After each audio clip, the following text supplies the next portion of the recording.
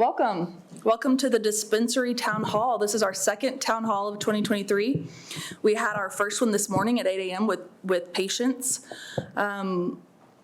It went pretty well. We started the day off with positivity and some good vibes, so I'm hoping we can continue that. But thank you guys for being here, and thank you for registering your questions and comments beforehand. I read through all of those. Our staff read through all of those. We have some of our fantastic, dedicated OMMA staff here with us. The first couple of rows here, we have some great staff, and over here we do too. I'm not going to go person by person and tell you who everyone is because that would take a whole lot of our time, but I'll tell you that we have some very dedicated professionals in this room that work hard for you guys every single day. So we will leave it at that. But as I read through all of your comments and questions, there were a lot of themes, of course, and there will be an opportunity for you, if you registered out front, to come up and ask a lot of your questions. We had to do the sign up because of time. If we don't have the presence in the room that we thought we might, then there will be time at the end for everyone to have an opportunity to speak. That's what happened this morning. But I want to address a few things up front just to make sure we're all on the same page. There were some really, really specific rule questions submitted through our submission document. And when we come to really specific rule questions, nobody at OMMA can answer all of those. A lot of those are would be considered rulemaking per the Administrative Rule Act, the Administrative Procedures Act, the APA. If a state agency, any state agency, were to give you a, what's the word I'm looking for? Interpretation, thank you, interpretation of that. So there are times I cannot interpret a rule.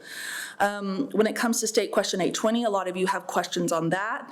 And with State Question 820, it was written so that the regulatory authority would fall under the OMMA. So if it passes, we have to regulate it, and that's all I can really say. As a state employee, I can't say any more. It's an ethics law or rule, I don't know exactly which one, but I am not allowed to advocate for or against any state question ever. And we would be bound by whatever the people say. So we would implement it if it passes. Other than that, I want to give you guys more of the floor than myself. So I'm going to go through a quick presentation and then turn it over to you all.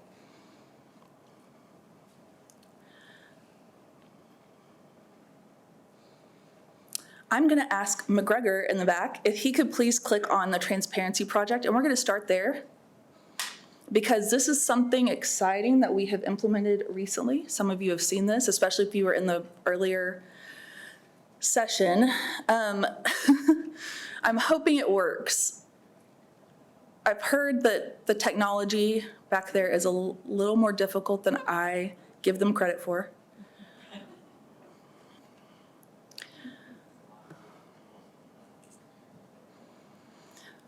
But we have a new dashboard. You'll find it on the OMMA webpage, and it is a culmination of all of the new data that we have access to. And I want to show it off to you guys if possible. And so while Jaron and McGregor work on that in the back, I'll keep talking about it. Our newest podcast is about this website. It's called The Transparency Project by NCS Analytics. Portia Riley, which she can raise her hand because you guys have heard her voice if you listen to our 4 podcasts. She has taken that project on as our PIO, but it's not working. My link didn't work. They're working on updating it weekly, though. That's the great news. So you can find this and you can learn all about it. Yes. All right. So McGregor, will you hover and just show all of the great tools that are available?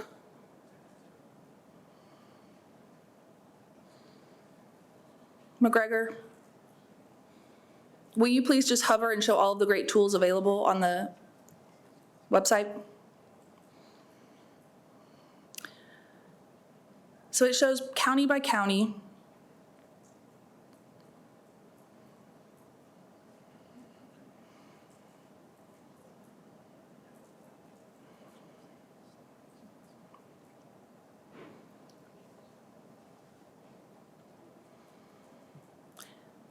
at any time how many plants are being grown, harvested, sold, top sales, and what will be coming soon is a weekly update, but also the flags that we're utilizing to inform our inspections. So some of the flags I'll be talking about in more depth later, but we will have the top flags will be located in widgets on here, and they are likely going to be the top flags will likely relate to wet weight discrepancies and waste discrepancies.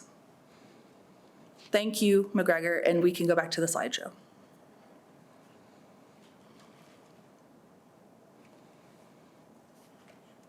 And what's new at OMMA, well, actually, let me say something really quickly before we get into what's new. The reason we're doing this today, this is our first ever dispensary town hall, second ever town hall. The reason we're doing this is because we were planning to have a big conference. As many of you know, I was talking about it all year. If you've heard me or any of us talking at any event, you've probably heard me talk about it. Unfortunately, we weren't able to pull it off for several reasons. One, we were working on becoming a state agency, an independent state agency. In May, we were told by the legislature to do that by November. So as you can imagine, our resources were pulled that way. And in state government, you can't sign contracts when you're in the middle of doing a lot of the things that we were doing. So anyway, big picture, we're pushing it off. That's okay. We pivoted and we're doing these town halls, and we are doing some listening sessions all over the state coming up this fall. And we have a lot of other things coming up this year. This is being recorded. It will be posted afterwards. I hope that you signed up for a speaking slot if you want a speaking slot at the table outside, and we will have lots more opportunities coming up this year and in coming years. It's such a huge industry. Definitely hard to talk with everyone that would like to talk, but we are working on creative ways to do that. So this year at OMMA, we, for the first time ever, made it out to 100% of our licensees for the first time. I said first time twice because it's that exciting. So we are staffed up. Our compliance department, led by Michelle Reddish, has staffed up tremendously, and now her focus is on making sure that that staff is properly trained. So she's working with the training department with Sam and making sure that they are getting some high quality training done for the department so that when they do get out to your facilities, they are properly trained on the rules and that there is consistent interpretation of the rules across the board. We are also working on the bill sent to us by the legislature regarding secret shoppers. We have our enforcement team that is small but mighty and has worked with law enforcement across the state and have worked on some stakeouts, and those are ramping up. We are working on the bill requiring us to submit an RFP for credentialing, which would require badging at all marijuana businesses. So every single employee that works at a marijuana business will be required to be credentialed. And then of course the state question 820 vote is coming up on March 7th, as I mentioned earlier. So there's a lot coming up in 2023, and I know you all have a lot of questions about these. I'll go into a little bit of depth, but I know you have a lot of questions. Credentialing, that was a bill sent to us by the legislature. We are just now in the RFP stage. We don't have any other details to give you, and an RFP is when we put out a request. It's required by state government, and it's how we contract. That was Senate Bill 1704. Yes, Senate Bill 1704 requires that every person that works at a marijuana facility is badged. And so we will be working on that. You guys will have access to read that RFP once we have completed it. And you guys will have access to the entire process as it goes through the process. Let's see. We're looking at other states for advice and consulting with experts on how to avoid the pitfalls that they've seen when they've avoided medical and recreational programs, so that we are prepared if 820 passes. And let's see, we do have until January 1, 2024 to implement legislation on the credentialing piece. I'm sure many of you follow this because we do post it monthly, but I like to always include it in any presentation I give just to keep perspective on what's going on in the industry. About 373,000 patients and 11,700 businesses in Oklahoma. And this is a heat map of the dispensaries located throughout Oklahoma.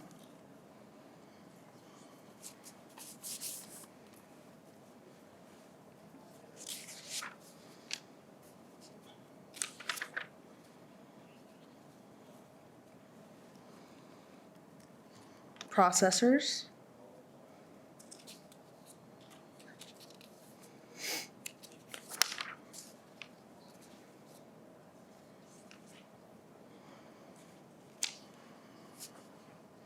You ready?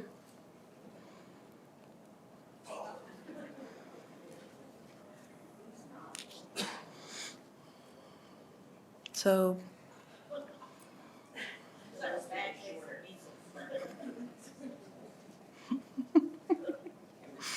where's the media for that quote? All right, here's the grows.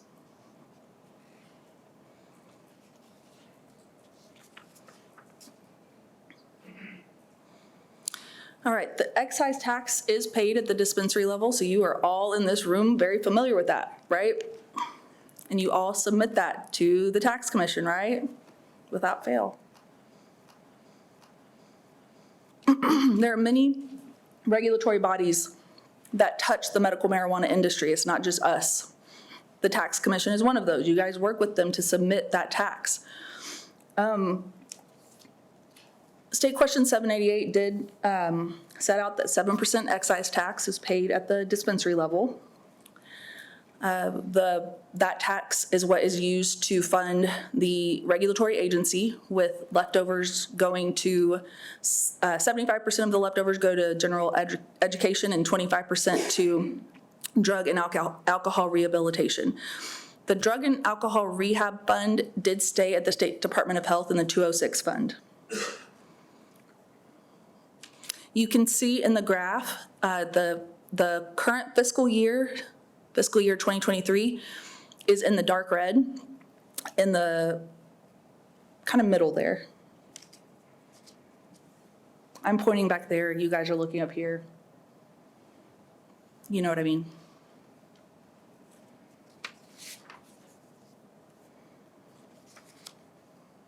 And we're going to go into how this money is expended in a moment. State and local taxes, this is the piece we are not responsible for. We are not accountable for this piece. Your city government and county government are accountable for this part. But we'd like to make sure you have this information and can utilize it when you do go talk to your city and county government.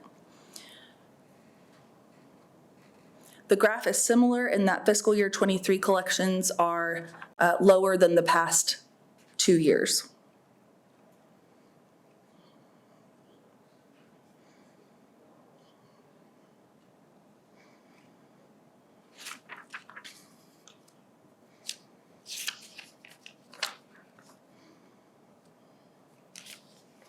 We get a lot of questions on social media, on any kind of submission, of course, asking where our budget goes.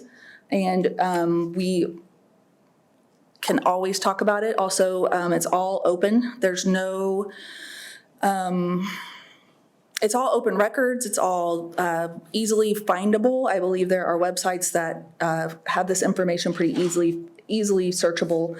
But I would like to I'd like to go through just a big picture and then be open for any questions you guys have. This is just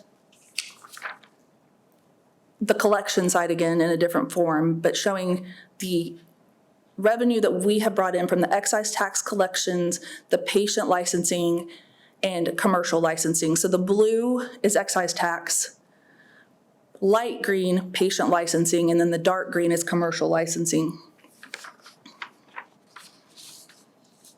The very far to your right is the most recent fiscal year that ended June 30th, 2022.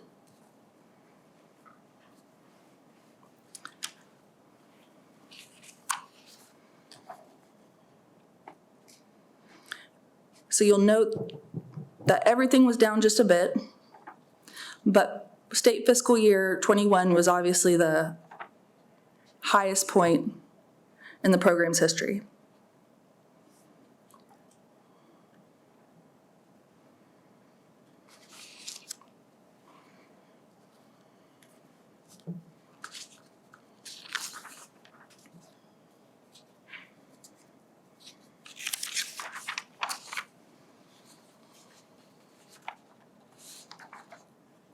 Oh no, it's missing some words on the screen, isn't it? I'm not sure why the words are missing, but I can fill them in with my words. You'll see that 49.5% of our budget, which in fiscal year 22, we spent around 29 million. I'm looking, 29 million. 49.5% of that went to personnel costs. So that's salary and retirement, those costs. 39% went to contracts. That is QA lab, seed to sale tracking system, data analytics, licensing portal, license card printing, mail services, office space leases, and vehicle leases. The IT category includes IT equipment rental, computers, phones, telecom equipment rental, data processing software, and IT equipment maintenance. That's the blue, the darker blue. The lighter blue is supplies and equipment, which is 3.2%. And then the very small slit is other at 0.4%, which is travel and other minor expenses.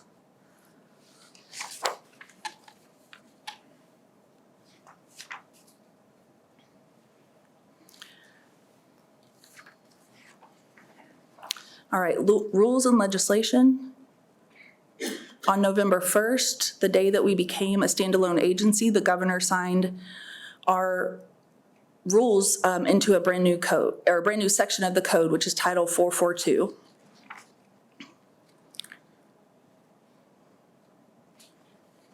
There were a couple of changes that were required by legislation that took effect November 1st, such as House Bill 3019 from last session, which required transparent packaging and an exit package.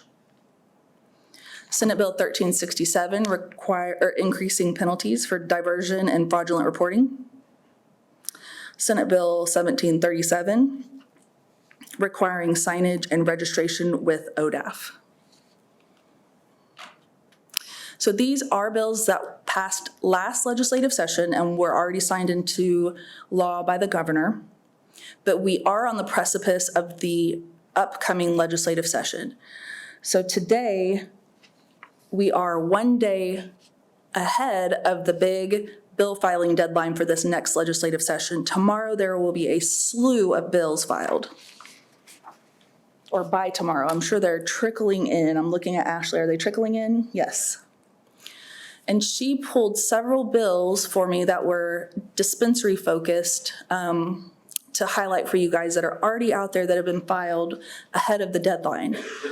So one is House Bill 1014 by Representative Olson, which would prohibit dispensaries within 900 feet of any place of worship.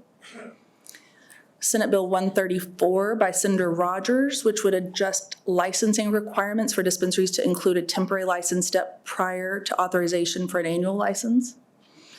And then Senate Bill 437 by Senator Garvin would require some dispensary employee education and continuing education.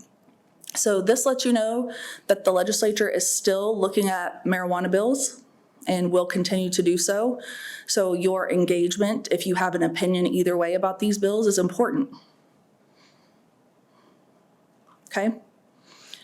We always keep a list of all bills on our website. McGregor, do you think that link would work if you click on it? If it's not too difficult.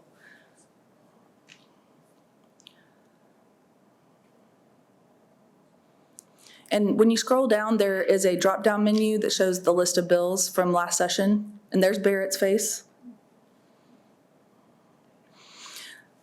So we keep up with the bills weekly, and then at the end of session, we made a list of all the bills that passed. So we do try to be a resource for you guys to at least let you know what's going on out there. And we do it in a way that doesn't give you an opinion. It lets you form the opinion for yourself based on what's going on for you. We're not in a place that we can formulate an opinion for 11,000 licensees. You all have very different opinions, let me tell you, okay? And 365,000 patients all have very different opinions as well. We did go down the path of permanent rulemaking, and we had a public comment period from November 15th to December 15th that culminated with a public comment hearing on December 15th at the Capitol.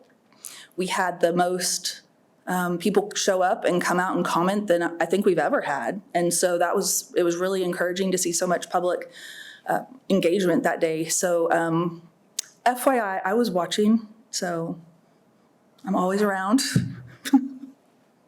You. It's all good. So thank you guys for showing up, and we are reading every comment, especially Ashley and Barrett. They read through and they're pouring through every comment, taking it to the specific departments within OMMA and working on the realities, making sure we know what it would mean to change the rules.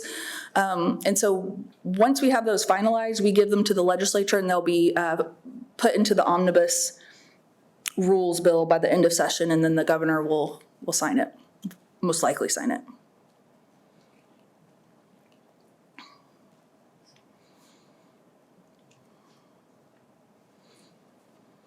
And if you want to just note some rules that changed on November 1st, is that when these changed, Ashley? These are permanent changes.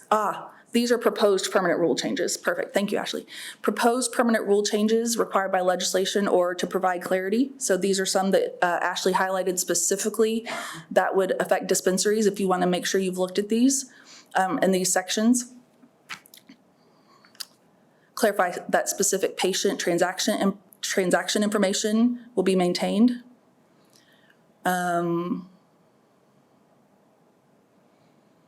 Utilizing an OMMA provided verification system and packaging standards, transparent, child resistant, pursuant to House Bill 3019. I'll stay on here for a minute so you guys can make sure you have these sections written down.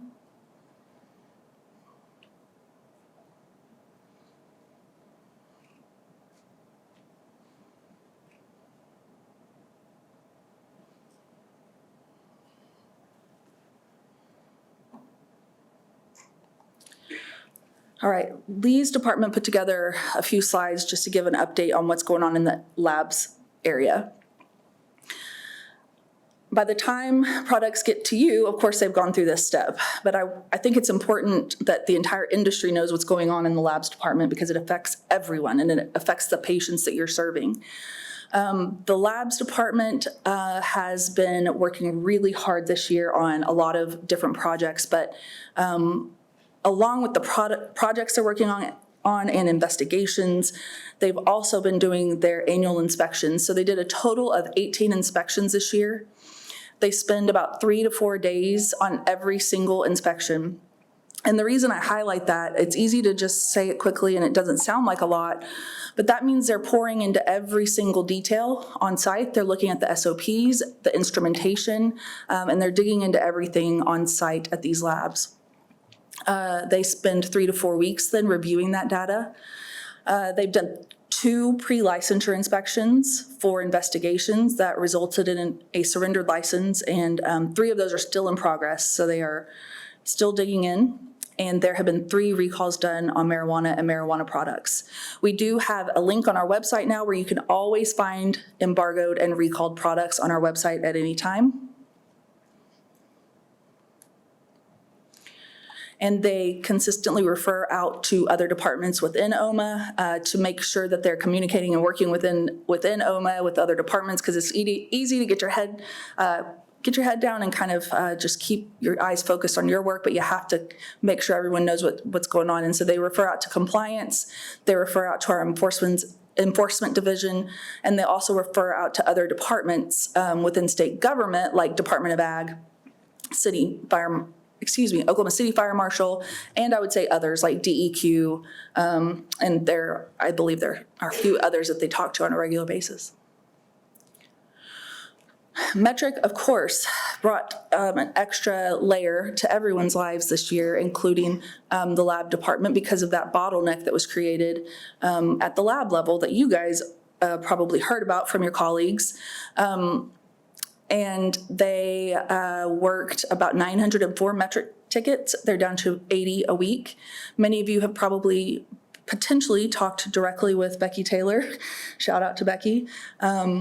OMMA is now gathering and evaluating testing data from metric. So we're on the other side of it where we are gathering that data and making charts that are amazing. It's amazing what we have at our fingertips now, and we're able to identify labs that have outlandish or outlier results in the areas of high THC potency, pesticides, heavy metals, residual solvents. When we see these things, they're flags to us, and they help us prioritize or inform where we should be inspecting or investigating first. The labs team is also focusing on, and Lee specifically is focusing on lab standardization. This was required by legislative mandate, but it's something that Lee has been talking about and thinking about for a long time. And the process began in November of 2022, and he is working on getting the action items identified we will meet or exceed the legislative deadline of June 1st, 2023, and go from there.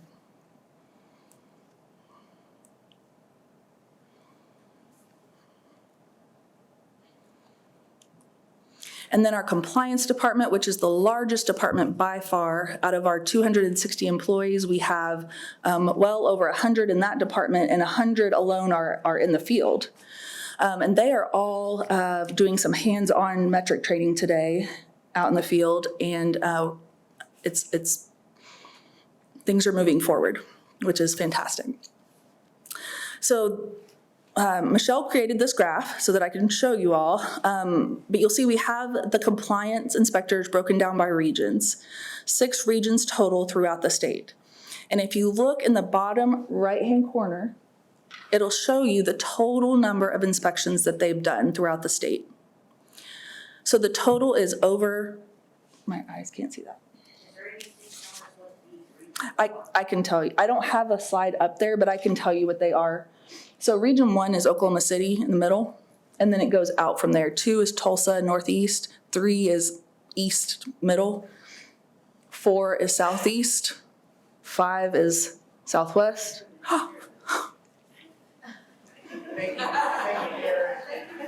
Came in clutch.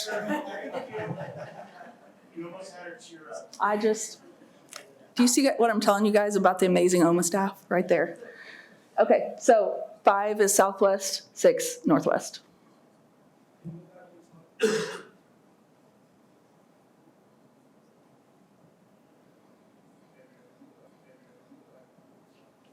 And now, yeah, McGregor, will you go back to the slide, please?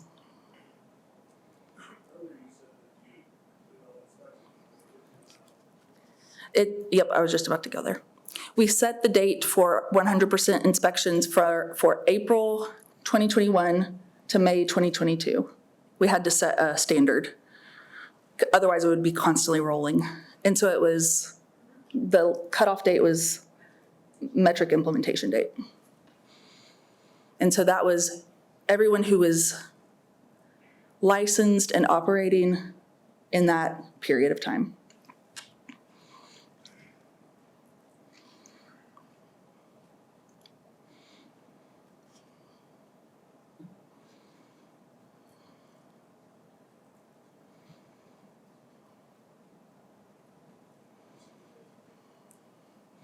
And then operational status visits, these are still required statutorily, correct? Yeah.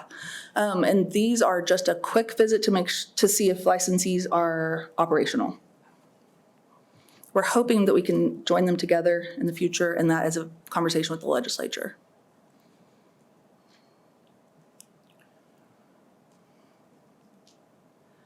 But here is the staffing. So this we are just recently up to these numbers, so it was less than this total that did all of that work, I would say that.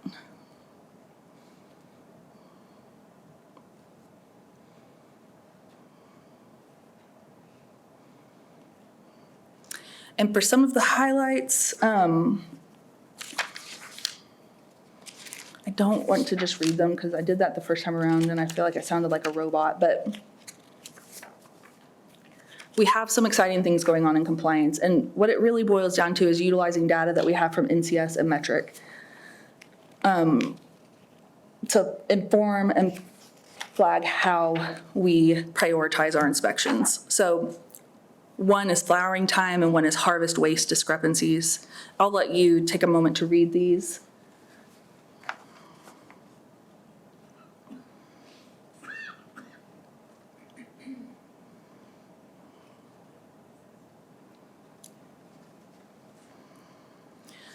But one area that I do want to highlight as well is the newly built complaints team. This team is built from people with investigative experience who are going out and handling every complaint that comes in.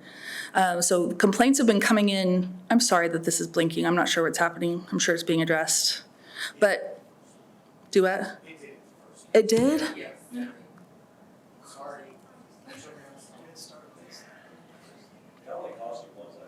This one. This one. Jed?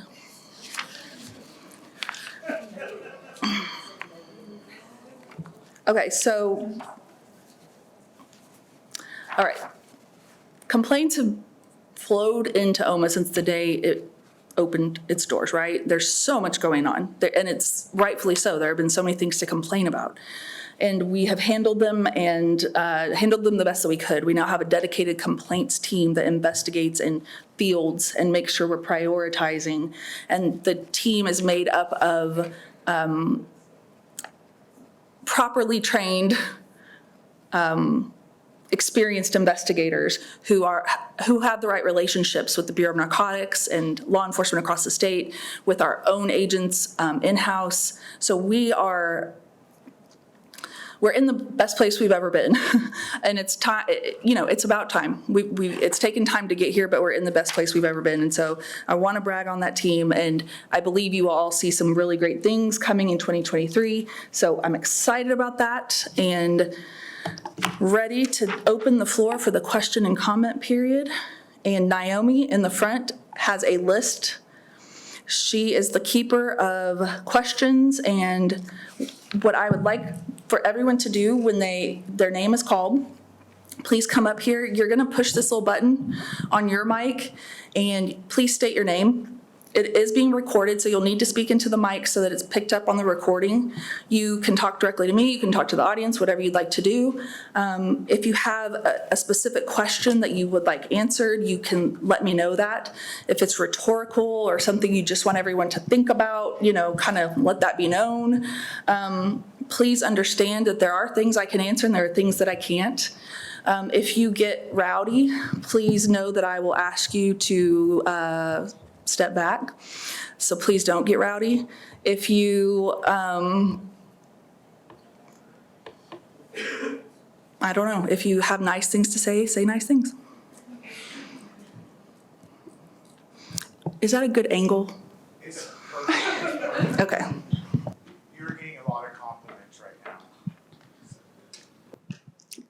Okay, and so just as you can see, there is a time clock up there. So once the time's out, your time is up. And that's just a reminder, or else I'm going to have to come in and be like, okay, next speaker.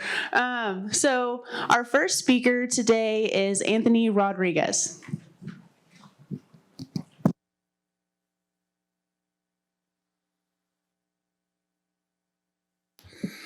So when you cover staffing, right, you show how many people are in the audit, the licensing, audit, and compliance portion of it. Do you know how many? So how about, is that the only question you have? Well, the reason is because you show you have 11,739 licenses. I have several dispensaries, and they're taking almost that full 90 days, right? For licensing turnaround? Yeah, turnaround, right?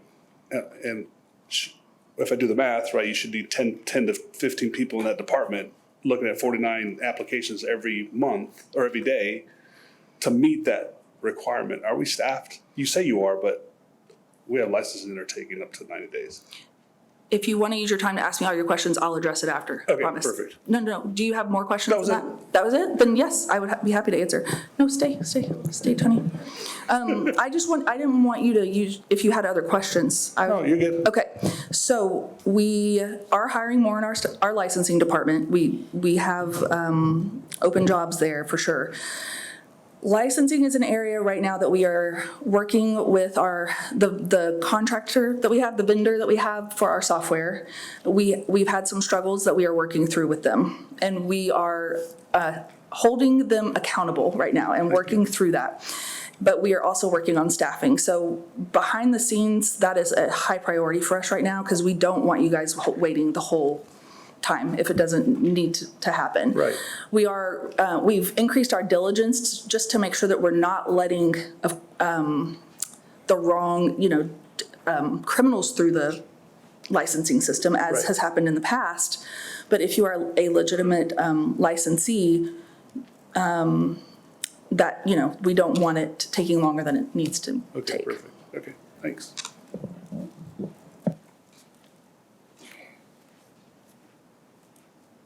Okay. Speaker number 2 is Cheryl Glancy.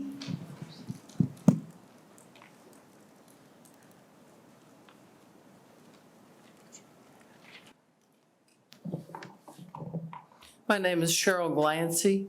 I'm from the little town of Pryor Creek, Okay. 38 miles northeast of Tulsa. I guess if I have a question, it's in regards to House Bill 1014.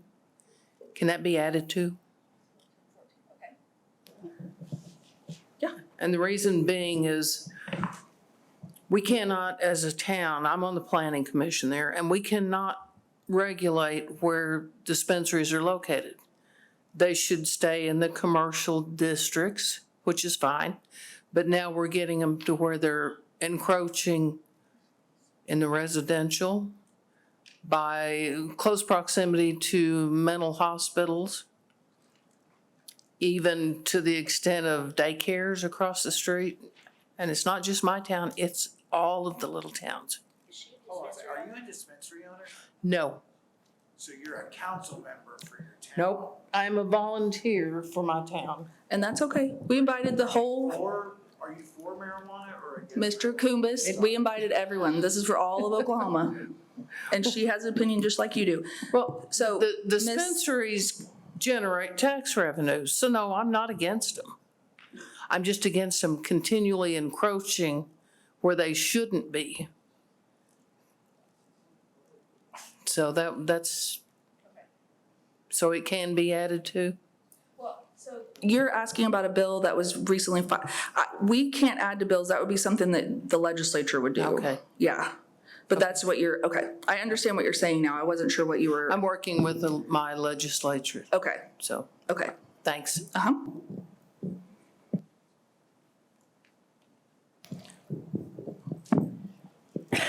We are a state government agency and are here for all Oklahomans. The question was, can Holman add Right. to House Bill 10? And we cannot, And right, the response was no, they cannot. right, yeah. Okay, that's- Speaker number 3 is Jed Green.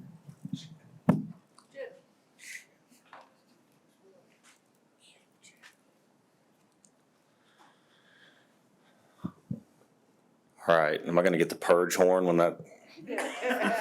Maybe just a hook? Anyway, this will be part pontification and philosophy and then part question.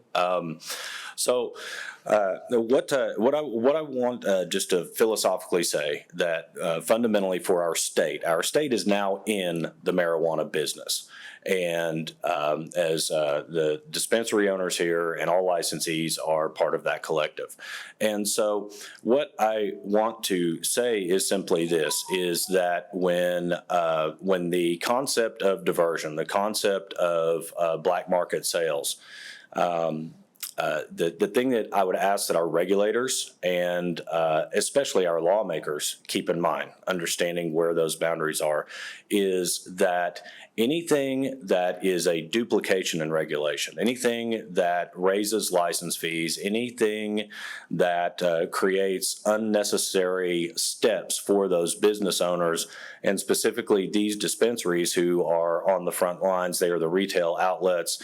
All that does is make off-book sales, it makes them less competitive against the black market. It's that simple. And so those are the things that we look at. And I appreciate OMMA, again, doing these town halls. I hope to see folks taking advantage of this as one of the best ways to get your voice heard. And as you've pointed out, legislation is coming down the pipeline, and there is only so much that you can say. We appreciate also the transparency when you say that, hey, we've had issues with these vendors. It's important for us to know, not necessarily to assign blame and angst, but to understand, hey, this is a legislative issue. We need to go talk to the legislature about this, or this is something that's going on with a vendor, and that's what the source of the issue is. And when you say that you're holding them accountable, we appreciate that. Seed to sale, for example, was something that we passed with State Question 788. And that is something that we voted for. And, it is something that is a part of the program and is an important part of the program, but it's important for us, when we say, hey, we're having issues with this, we know that fundamentally a lot of this is that metric software simply doesn't match what our rules are. And, OMMA is the front line in that relationship to, hold those things accountable. So, just wanted to mention that. Otherwise, the question that I'll wrap up with yes, almost done. Was there flashing or something? No, it's just like 24 on me. Here's a question I have. So we have a license moratorium in place, and all the speculators out here like to watch our monthly license count numbers. And we see that those are licenses. If there was some way to, A, designate the difference between an active and an inactive license, and then also at some point in time with the moratorium in place, if you would let us know, hey, we have gone through all license applications. There are no longer any outstanding license applications. It would help us in our advocacy, and for all of our speculators out there doing weed math, it might help them in their calculus as well. Okay, yeah, point taken and noted. Thank you. I know, I lost a letter grade on that. Speaker number 4 is Jennifer Hunt.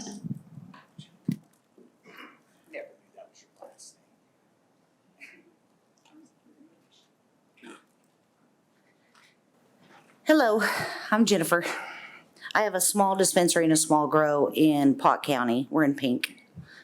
My question for you, because I don't have an understanding of what our relationship is supposed to be. I say our as the OMMA group. How, as a small dispensary owner, I know in a lot of things that I read, you guys say you need to talk to your team. That you're looking at my team. I am my legal, I am my accountant, I am everything. So I'm very curious as to how you think I should see you, and what are you there for me? Am I there for, who works for who here? What does our relationship look like in y'all's eyes? And then my next thing is, Janet said it the best. What have you done for me lately? I mean, I really want to understand what our relationship is to be. What is it supposed to look like, so that I know who to turn to? Because every time I call, it's, well, I can't answer that. You need to talk to an attorney. And if you're in cannabis in Oklahoma, attorneys and accountants are the main things you should be scared of. So I feel like we should be able to come to you for answers and not have to be forced into whatever they got going on over there. And the next thing, as you guys learn more and realize that reefer madness, I'd like to see a count of how many people have overdosed for cannabis. I'd like to see that count, because it's 0 as compared to everything else. So as you guys learn more and you're not so scared of the plant or us, what are you gonna do to share that to the public so that we don't have people coming in with pitchforks against a plant. Pretty much all I got. Okay, thank you. Well, I will just do a brief overview. The OMMA is a state government agency. So we are the same as the Department of Environmental Quality or the Oklahoma Corporation Commission. We are a regulatory body. That's what we do. We regulate an industry. When I worked in oil and gas, the equivalent was the Corporation Commission. The Corporation Commission would go out and inspect wells and make sure that oil and gas sites were properly, were following all regulations. Right, but they had a clear list as to what was expected. I think that's all we want, is a clear list as to what you all expect from us. They had rules and laws. So yeah, I think there definitely could be room for improvement, and we are continuously working to improve. That's our goal, at least. So if there are specific areas that we can improve, we would love to. And when we talk team, we are talking to business owners. So if you are a sole proprietor, then yeah, we are talking to you. Yeah. I'd say most in Oklahoma, we are small, and we try to do it all and try to keep up with everything that's coming at us. And to be pushed back to your accountant or your lawyer, I should be able to figure that out. I mean, I feel like we get pushed back to these people that we don't know anything about, and then come to find out they're doing shady stuff. So I would rather just have clear communication with our regulatory service and not have to involve them. If that makes any sense. Yeah, I think it is a conversation about the role of government in business that we can continue. Just needs to be clear where everybody can understand what you're wanting. Okay, speaker number 5 is John Kumbis. I was good this morning. Once again, thanks for doing this, all OMMA, everybody that showed up. My name's John Kumbis. I have a dispensary and I'm a processor. A couple questions real quick, Director Barry. Secret shoppers, are they going to be patients? Are they going to be policemen? Are they going to be med card holders when they walk in? Are they going to be consumers of this medicine, or do you know any of that? The secret shopper bill was regarding lab testing, and so we're looking at the collection would have to go back to a scientist or a lab employee to homogenize properly. So Okay. I don't know if it requires any of those things, but we are still working on the rules. Well, it would have to require a med card, right? Because you can't purchase anything from a dispensary without a med card. And it's Otherwise, still we in would- progress. I haven't looked at the bill since the end of last Okay, session. that's fine. Good answer. I take that. Training. This whole bill with the training where everybody's going to be certified to work in a dispensary, a processing company, and a grow. Is that still in the conversation? You don't know? Training. Like who's going to put on the training? Where are we going to?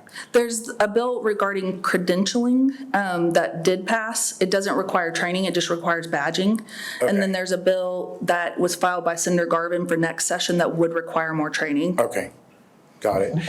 And the last thing I'm just going to touch on, and again, you're doing amazing. I appreciate you. I really do like you. Inspector training. So what I come across a lot with all my dispensary friends that are owners is the inconsistency of inspectors.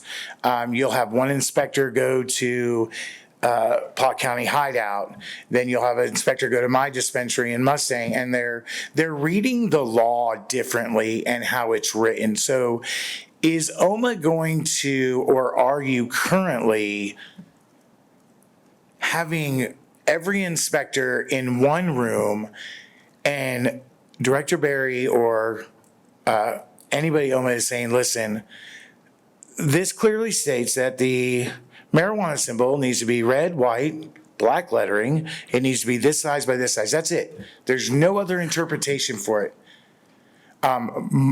Personally, my dispensary got dinged because the marijuana symbol was too big. So is there ongoing training to where every inspector knows exactly how you read that law? Yeah, I hear you. And I will tell you is that your last question? Because I don't want to take your time. The other one I could probably ask during the process when it's about the labs. The lab thing it's ridiculous to me.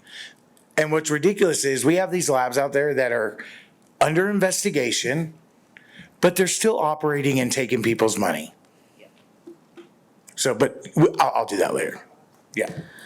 The inspectors, I take a lot of responsibility for the inconsistencies because I was so chomping at the bit to get inspections done that we did send people out that probably weren't as fully trained as they should have been, okay? And we are doubling down on fixing that now, and it's become truly a double down. Like we are, Michelle she has so much training going on now that it is, weekly, quarterly, all of it. And then our legal team is working with her, our training team. So we've got exactly what you're talking about is happening. In between us, maybe chomping at the bit to get people out, our rules changed. And so we're just constantly, things are moving so quickly, but I feel your pain and I know that is not how, our inspectors represent OMMA out in the field, and we know that we have got to have consistency. So we're working on that. And then the lab issue, I know you talked with Lee a little bit earlier. We will talk more about why they can still do business when they're under investigation, but we feel your pain, and I think no one feels your pain more than Lee. So. Because Lee should have got the $10 million contract instead of Menace. Just saying, Lee, I'm here for you, buddy.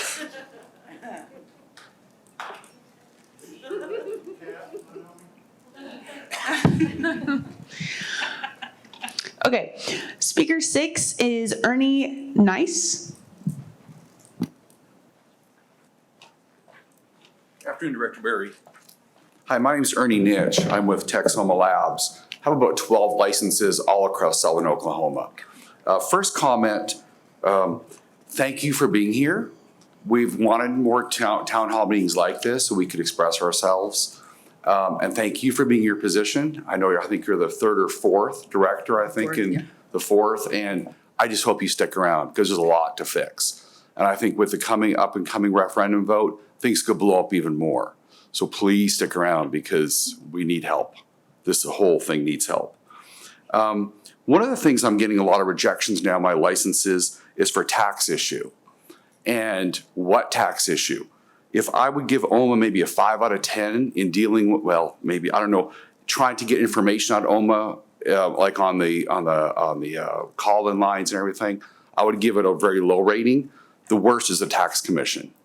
You can't talk to people. It's very difficult. You call the phone number, you're on hold. And so when you say it's being rejected for a tax issue, what tax issue? I have multiple people on our licenses. Is it my personal one? Is it a federal franchise tax? If they would just put what the issue is, then I would know what to do instead of spending hours and hours trying to figure it out. And when we file a license, it might be 90 days before the rejection comes. Maybe the tax issue came after.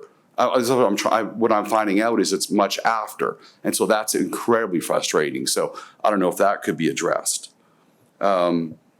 The issue with the verification system, the business, do you mean where you want the dispensaries to actually verify the patient licenses through like OMMA Verify? Is that what you're kind of getting at?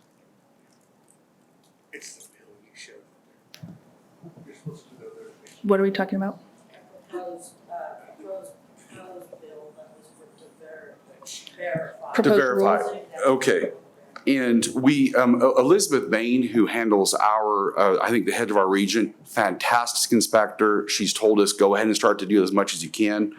Please put on the back of every patient card a barcode so we can quickly do it. Because right now, I can't even read those numbers. I don't know if it's a 0, an O, or 1 or a K, or I don't know.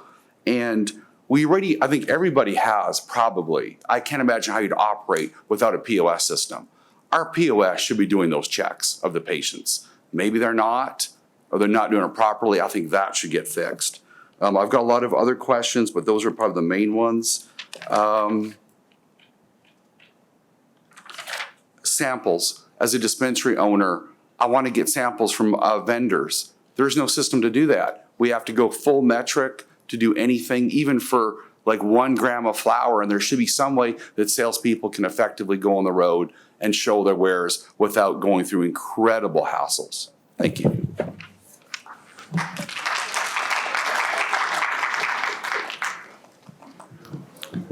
Thank you. Yes, we noted on the tax issue. I can tell our licensing team is noting that, and then the barcode issue is definitely on our radar and on our list of projects to fix. The sampling and the salespeople issue was something that, you know, when Metric came online, it really shut that down, and it's because it would require a statute change, correct, to be able to do that. So to be able to do that and stay in compliance with statute and rules, it would require a change. So it would be something that y'all would need to talk with your legislators about. But they listen to you too, right? Do you guys come in with a list of, hey, this is Well, so tell me so if we have 11,000 licensees and, take a simple one like scanning the back, giving us a scanner code, take that. well, barcode wouldn't require legislative change. It's just it has taken us 4 years to even get compliance software because of the sheer nature of contracting in state government. So for us to we've had to prioritize how we get things. But a big policy change, like allowing people to drive around with samples, that's something that I don't know if the entire industry agrees on, but an industry trade association could decide if you guys agree on that, and you guys can talk to your legislature about that. A state government agency, that's not, something that we do. That's just generally not what a state government agency does. Confusion as to what you as OMMA, what you guys are allowed to do that are common sense, please, compared to what you're not. You know what I mean? I think there's just a ton of confusion on because we see that as a common sense issue. Putting a barcode on there should have been happened the first year, We can do that. We can Right. absolutely do But I that. think that's where a lot of confusion comes in, is that we don't know what you can or Okay, we're gonna move on to the next speaker. We can. Yes? Okay. Speaker number 7 is Philip Wong.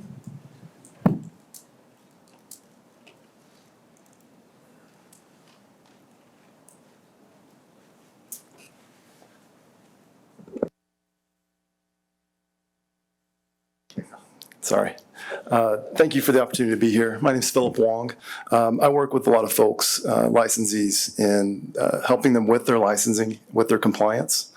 With the moratorium coming on, I can assume you guys are extremely backed up.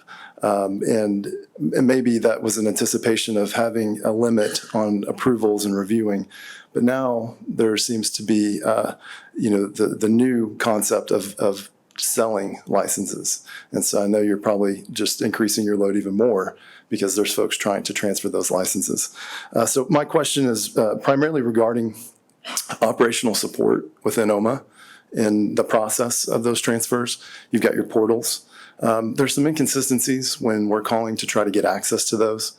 As you know, there's been some attorneys out there that have done things not maybe in an ethical way, perhaps, holding licenses or portal access as ransom for higher fees. And so when we've called to try to get access to portals, that access hasn't extremely been transitioned easily. Sometimes we get informed that you have to have the attorney that originally put it together give a notice or an authorization to transfer that, which as the owner of a license, that's hard to accept, especially when that attorney or someone is not giving you the time of day. So that's something that I'm curious. If you are the owner and you say you don't have access to your portal because someone else did it and they weren't transparent, can we fix that and have that access transferred? I'm curious as to whether that's done manually or automatically. I think that the support has indicated they can transfer those portals within 2 to 3 days. Often that's not happening. And so you have to continually follow up. to get that accomplished. And it feels actually at this point in time that they're not transferring those portals. So I've had issues where folks want to surrender licenses. I've been told that you can only do that in the portal. And so if you don't have access to it, you can't surrender. Also, I'm curious as to how you're working with your software contractors in improving those, where you get your feedback as to how to make that system better. And if there's a way that you can communicate with folks that are constantly doing that work to maybe enhance that.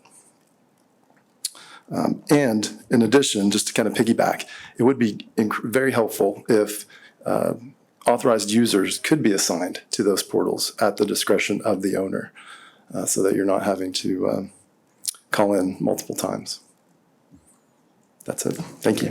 Thank you. That was all really, really good feedback and well-timed. Yeah, you guys go ahead. Very well-timed feedback as we work with our software vendor that does our licensing to hold them accountable and give them some deadlines to do the things that you are talking about. We are staffing up in that department, but staff won't replace the things that our software's not doing. So we're working with them to do the things that they're supposed to be doing contractually. As far as feedback, we do receive feedback pretty consistently from both our licensees, people like you, also more ethical lawyers that work in the space. So we're open to feedback at any time. I know that Naomi's collecting information from people. So afterwards, if you would please come talk to Naomi about following up, we are open to that kind of feedback at any time because we do need to know what's going on. We always need to know. Thank you, Philip.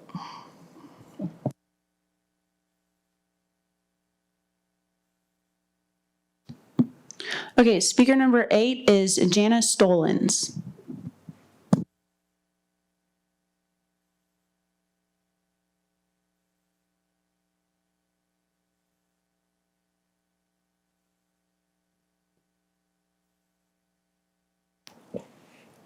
Hi, I'm Jana Stolens. Thanks for having me here. Thanks for allowing time for us to all get together and speak and get stronger together. I think I'd like to make a couple of piggyback comments, and one of them is about that strength together. I really felt like I heard what a couple of people were saying about what is this relationship? I feel clear about it because I have worked in 2 other regulated states building the industry. So I understand why it's very clear that it's an unclear message being put out about how the licensees can work best with OMMA. And then sometimes I feel like that confusion is really made more apparent when, also a piggyback comment, when we call to OMMA and try to get information and we're told, sorry, I can't answer your question. And that's literally to like 19 out of 20 questions. So it is really difficult. It is what drove me here today, and a week ago to sign up for this town hall. I was like, oh, maybe I could go there and ask a question and get an answer because I know I can't call for it. And I also know that I could reach my lawyer, but not everybody has a lawyer, so, and then it's like that combination of how does state and business work together and what can you tell them and not tell them. And I do think that it is sort of pushing that envelope to tell people to just ask your lawyer, because then that's telling them that in their business model, they need to have expenses for a lawyer for those kinds of questions. And that costs a lot of money. These people are mostly, I say these people, us people in the industry who are licensee holders are mostly mom and pops. So that brings me to that one question that I really wanted to ask you. Oh, one more comment is about the inspectors in the field. They need to be nice. They need to be upfront, polite. Start the conversation off nicely. And that will also help clear up those muddy waters. Because I literally had an inspector come on site to not my farm, but to another farm where I consult, and they wanted help with their first inspection. This person, who was the licensee, immediately with a smile and a hand open, went right to the inspector. "Hello, I'm so-and-so. Good morning." She did not smile. She didn't make eye contact. She didn't look up. She certainly didn't do more than just reach out her hand at all. And it was incredibly off-putting, and she was not nice the entire time. Why? I'm not sure. It was like, 9 a.m. So it was really unfair. I would like to say, though, that my one question that brought me here is about this upcoming vote to adult use. And that would be, is there truly a license 2-year requirement to transfer into the adult use licensing? That is in the text of the state question that I have read, yes. Yeah. I think So- it's 2 years. I don't know. It was, yeah. And then the question would be, so you have a license that's been, used for 2 years, it's been, issued for 2 years. So does that include a transfer? Maybe it's transferred owners 3 times, but the license has been available for 2 years. That is all beyond my knowledge. It was written by people independent of OMMA.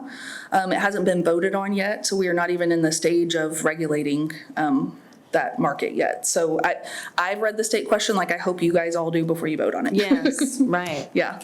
Okay, that's a big open question to vote, though, on a situation like that. How would we put in comment ahead of time or understand more about that before the vote? We are, yeah. So we didn't do anything to give any comment on the words in 820. And there's actually an ethics law that says a state agency employee cannot comment on either, on a state question. So what I can tell you is that it puts the regulatory authority for a recreational program under the OMMA, so we will regulate it if it passes. And what we will do is follow the law written into 820. If the legislature comes in and changes any of that, then we will implement that. Well, thank you for your time. Speaker number 9 is Pamela Buchanan.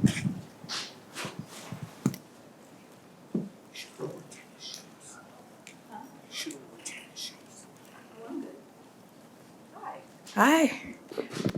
Hello. I echo what everyone says. I say thank you for being here. I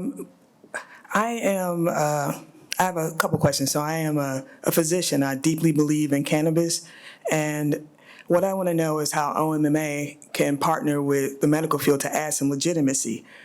I think that's very important because the populace, some people believe it's the boogeyman, but they're not educated. I spend some of my time in clinical practice educating people, and because I've seen people who've had great benefits from it. So that's one. And then as a business owner of a dispensary and a grow, I want to know about different things that don't make sense, like redundancy in testing. If you're testing trim and you're testing flour, why do you test pre-rolls? I know that's on the grow side, but things like that don't make sense to me. So if you could address that, I'd appreciate it. And Pamela, it's good to see you again. Dr. Buchanan, it's good to see you again. Because when we met and discussed the physician partnership, medical community partnership, I was really excited, and I would like to connect you before you leave with Lee. I told you about him. He's working to connect the medical community with OMMA to make sure that we're getting that relationship moving forward, and he's made a lot of progress. So thank you for being here. Now, as far as things that don't make sense, redundancy in testing, things like that. We've been talking internally with our executive team a lot about the rules. There are some rules that we inherited, specifically many testing rules that we inherited that we're cleaning up. But then there are testing rules that we're not changing because they specifically, the end impact is, it directly impacts the patient. So as far as testing flour and then testing pre-roll, is that changing, Lee? No, it's not changing because it's final product testing, correct? And that is not testing, but we would be we would like to continue having that conversation with you as a business person to understand where you're coming from, so we can understand more what you mean by that.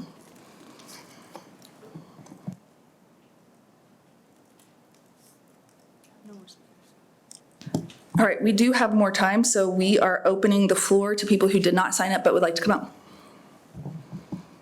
And I recognize you. Come on up.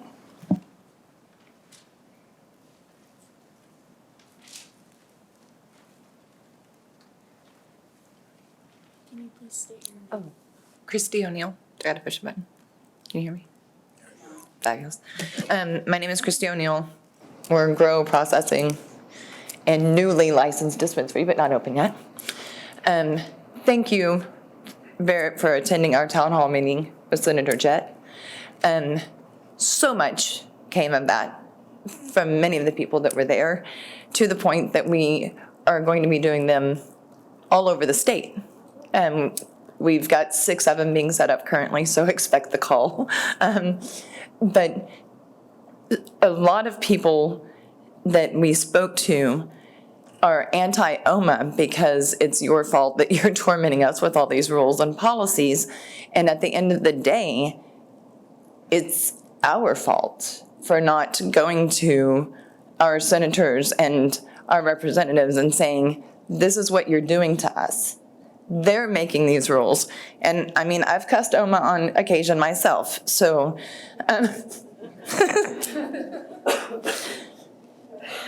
But the change starts with the Senate and the representatives. And if we don't get them to the table and have them treat us like professional industry business people instead of drug dealers, nothing is going to change.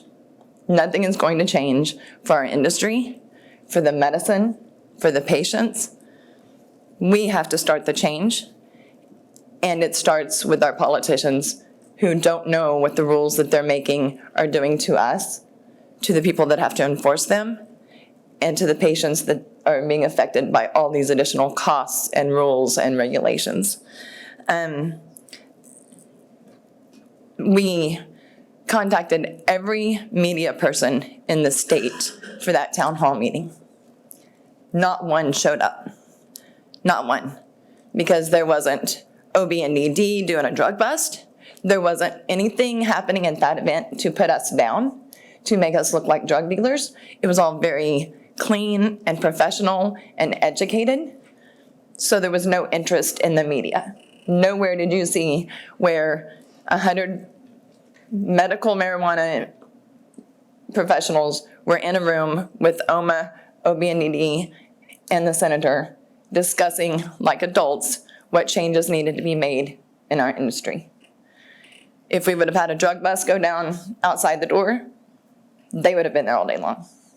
We have to also get the media to quit making it appear that all cannabis people are criminals, because that's the only time we make the news.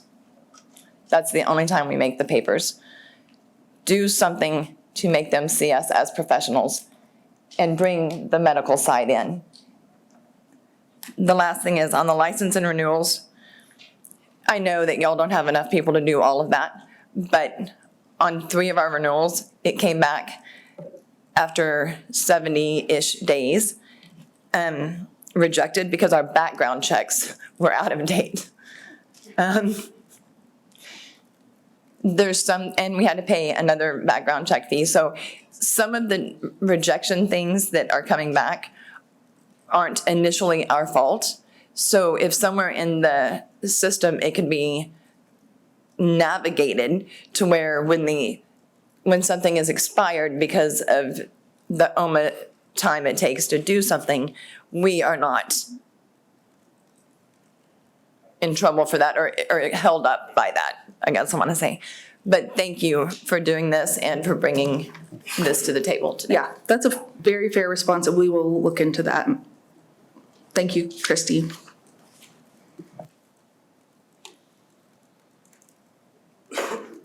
Do we have anybody else? Okay, we have a couple more people. Please make sure you state your name when you come to the mic so that Naomi can keep up.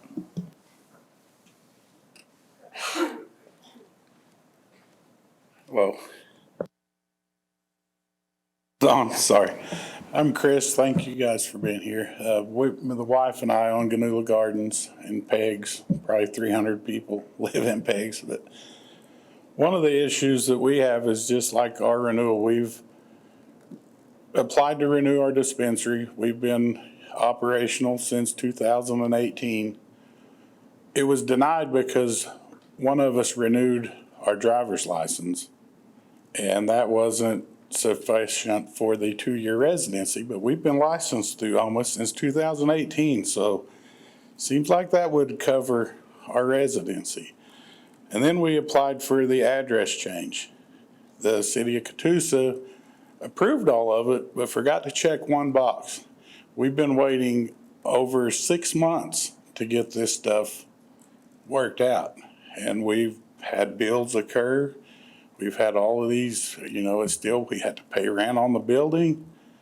And it just seems like with the renewal, if nothing has been changed, it should be as simple as clicking a button that says nothing's been changed, and it should renew as long as we're in good standing.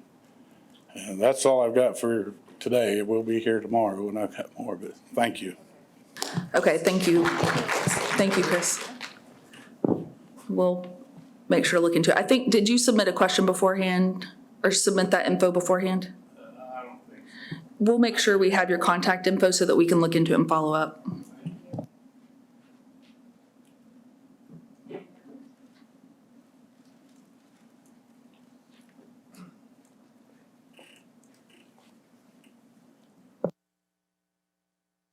Hello, my name is Lynn Hughes, and I'm from Hilltop Gardens. And I have two specific questions. One that I just experienced here in the last couple of days in renewing our dispensary license. In the past, we've had to attach the sales tax permit. There was no place to do that. So I contacted OMMA via email and on Facebook. 4 days later, I got a response that said something different than when I called into the call center and talked to 2 different people.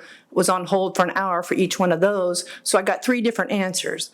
Finally, in the end, I talked to a really nice young man named Adrian, and he said, you no longer have to attach the sales tax permit, but I said, but it's on your checklist, but it doesn't match the application. My question is, can there be a checklist that matches the application, whether it's for a new license or a renewal? He said for renewals, you don't need that. So I took his word for it and submitted it. I said, I don't want to get this rejected, but that's what I did. So anyway, that one. And the other one, excuse me, we've had the experience with some cannabis businesses using the same testing for multiple products. It could be one strain, but they'll have a cart and a jam and a something else. They're using the same batch number on multiple SKUs. Is that legal? That's out there. Sounds like a loophole that, how are they getting around it? How is that loophole possible though? I think we need to figure out. I don't know how they're doing it. Watch out for the speaker this time. No, that is not. If you follow the rules closely, each individual batch is unique, even if it comes from the same source. It's one of the issues that exists in metric where it doesn't actually stop you from doing something like that. However, I will say that our team has now figured out how to really go in there and find that kind of thing happening. We are seeing that as well. We are making referrals over to the compliance department. One of the slides earlier, what Adrian put up there about things we're seeing that we're now referring over to compliance, that kind of thing is included in that. So pre-metric, there's absolutely no way for us to see that. That information is in there now for us to see, and we have actually getting pretty adept at mining for that. So that should improve. Okay, thank you very much. Thank you for your time. And thank you, Lynn, for telling me about your 3 different answers. As painful as that is to hear, I need to know that. And I know it's painful. I know it is. And I hate that you guys are dealing with that. Thank you for telling me about Adrian. He is a rock star, so I'm glad to hear that he got you the answer you need. And we will absolutely work on, continue working to make sure that that's not happening.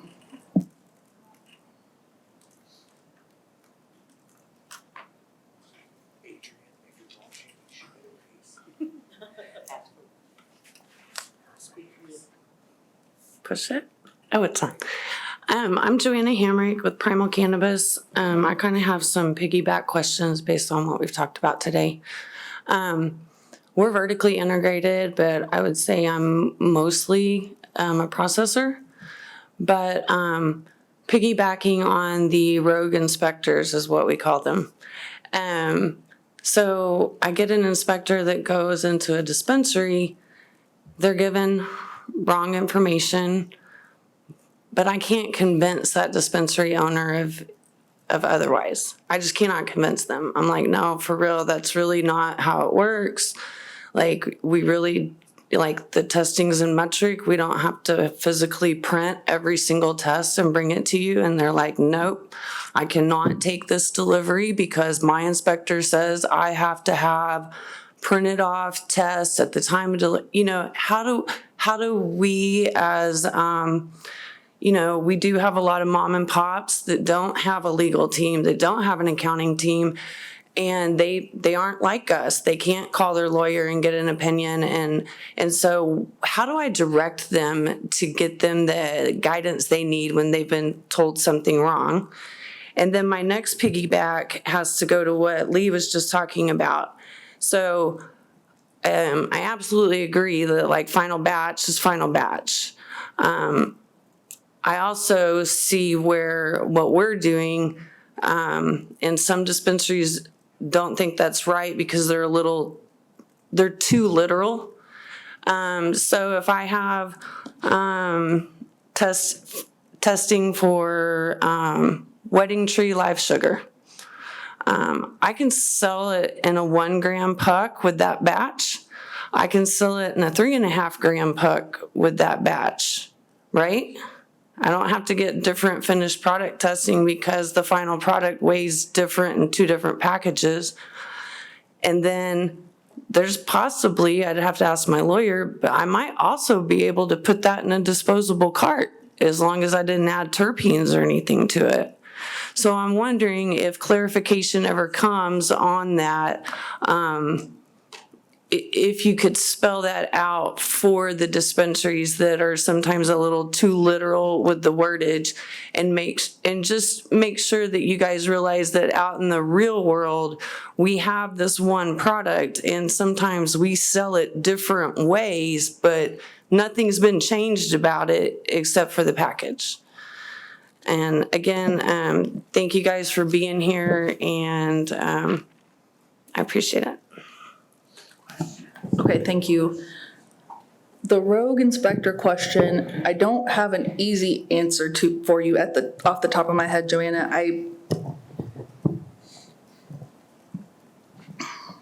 I know what you're talking about, and I've gotten calls about this, and I want to think on it a little bit, because I do understand what you're saying, and I need to talk with the team about what we're doing and what we need to do, because I don't, how often would you say that happens? A lot.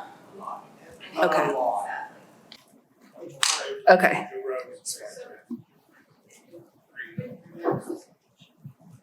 Whenever they come out and do the inspections, we all have a checklist that we can follow. But if they give us wrong information, or, I mean, like on my SOPs, they said that I had to go to my lab and be trained on the SOPs for the lab, which the lab thought I was on track, and I told them that I need to train at your place. And so there is no way to teach every one of your personnel the exact science of this, because the variables are excruciatingly different at every company, at every level, at every license level. So if you could create, when they send us an email that says you're being inspected in 24 hours, then attached to that, maybe you could do a survey thing so that we can politely go in and say, this is what happened, these are the questions that I have, and you can go each individual inspection, with their inspection, next to our comments and say, well, sure, went wrong, something went wrong there. Or this is working, let's do this. Maybe taking our opinions of how the inspections go with your inspector's opinions of how things went will enable us to become more in unison as a team that, we're not, but where everything is parallel, because it's not in the field. And what she was saying about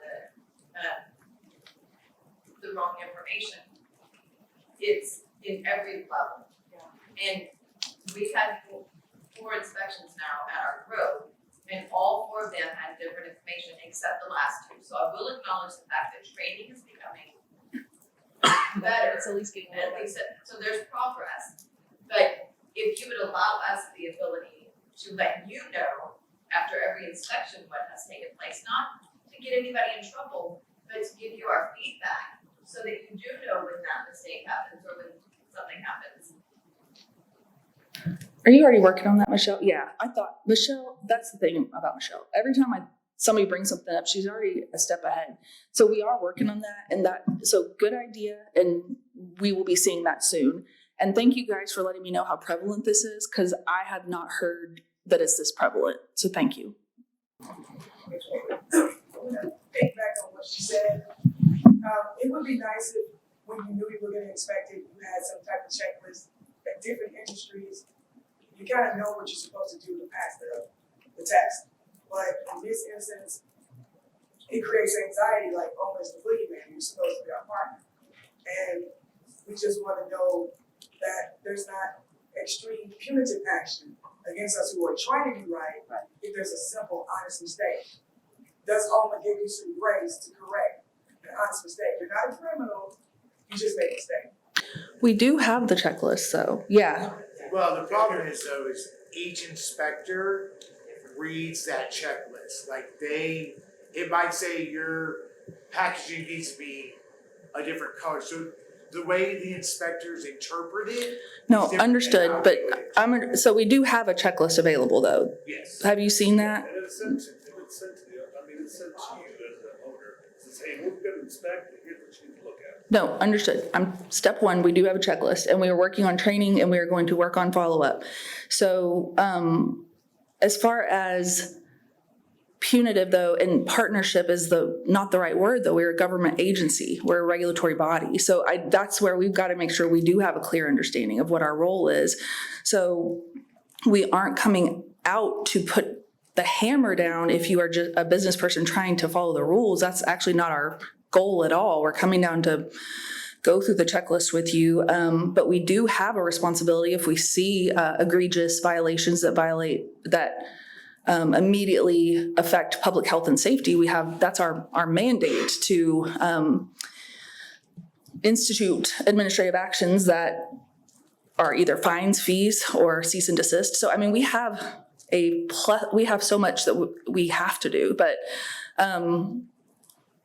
and with over 11,000 licensees, it runs the gamut, what we see on a day-to-day basis.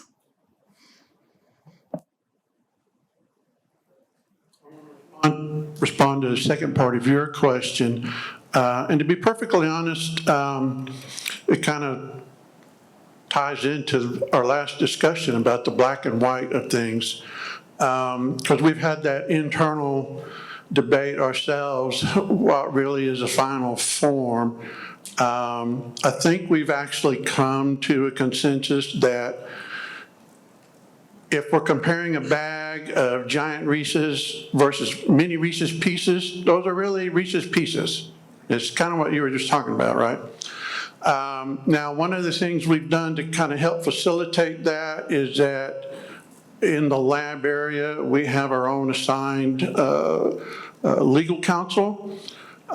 So those kinds of questions we are getting resolved, actually getting resolved really quickly. We'll try to get better guidance out for everybody from there. Just so you know, from my point of view, but I'm not the one, I don't come down from the mountain with the tablets. We have to work this out.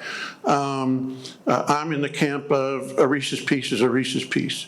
So, but that is kind of, in all honesty, and you like your inspection team to be black and white, but they just kind of have to know what really is the black and what really is the white. Thank you.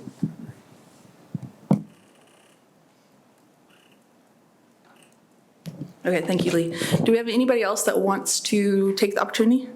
Tony? Will you come to the mic? Sorry, I haven't been making you guys do that, but for recording's sake, right, Kelsey, we need them on the mic. Okay. I mean, I've heard several people, and I don't know if it could be possible, right, for the call center to field a call and say, hey, look, I don't know the answer to your question, but I'm going to take your question down, then forward it, because I've had tremendous amount of success emailing and going, hey, guys, here's my interpretation of this question, and it's always answered and addressed, right? I think that the problem lies is there's so many people interpretation to this whole thing, and training always isn't consistent. So for them to be helpful, I think it would be helpful for us as owners to shoot those an email, right? So OMMA can then take that and get it to the right legal department, right person, and so they're consistent in their application. The problem is we don't take the time and due diligence to read through the law, and we want to be spoon-fed. And it causes a lot of problems because we're getting people calling the call center and says, hey, I was told this, and they're wasting all this time and effort for us not reading what the law says. For a business owner that knows what is going on, it becomes problematic. So I'm hoping that all of us take the time to actually read the law, and then, like Andrew, if you could have the call center field the call, write the question down, then forward it to the right department, and copy them in. That'll hopefully fix the problem of answering questions. Thank you, Tony. And I was just reminded by Becky of the contact form on the website. That's actually exactly what that does. We just started a new system where we have a liaison from every single department that comes together and answers questions based on their knowledge. So that's, yes, we're working on that. And a hand up from Jones, Oklahoma.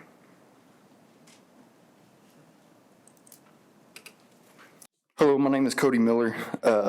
I run a grow outside of the eastern Oklahoma County, and I've kind of went into dispensaries and asked to see some COAs and been treated pretty rudely about it. Been kicked out of dispensaries for asking for a COA. I've let these dispensaries know that my wife has a kidney transplant, and I've talked to her kidney doctor, and I have to make sure that the arsenic level is below a certain point so that she doesn't reject the kidney over time. Some of these tests that I am seeing is coming back at 1.4, 1.7. They're barely passing that limit. So that's really iffy when it comes down to cancer patients as far as kidney transplant and other patients out there.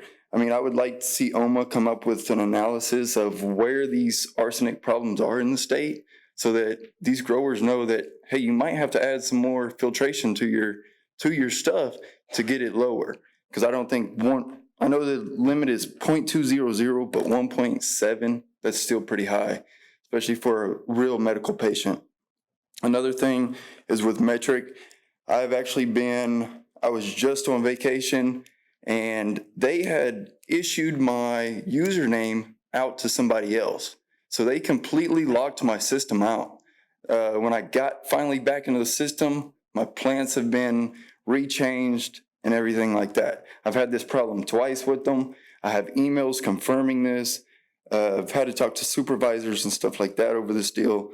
And now that it's happened twice, I want to bring that to OMMA and let y'all know that that's going on. But the testing is really, because some of these tests are barely passing. For yeast, mold, I know you're allowed 10,000 parts per million, but some of them's coming really pushing that limit. Also on some of the testing facilities, I mean, I've thrown some stuff and I grow hydroponically. I've had water tested straight out of the well with passing results from testing facilities. I've had my nutrients tested, and some of these places are just failing people just for arsenic, just because you can't get it remediated. I believe the company that I did use the last time, they have a third-party transporting company that's working for them, and I feel like they're just bringing in tests, and any small mom and pop that comes out by themselves, they're just rejecting because they know they got the bread on the table. And that's how I feel about that. So if OMMA could look into these third-party companies, see if the little small mom and pop is just being pushed out because there is a bigger company, just bring them multiple tests, multiple running around the state, grabbing tests, bring them to this one facility. I think I would like to see more on the testing facilities and analysis of where the arsenic and stuff is really coming from in the state. Okay.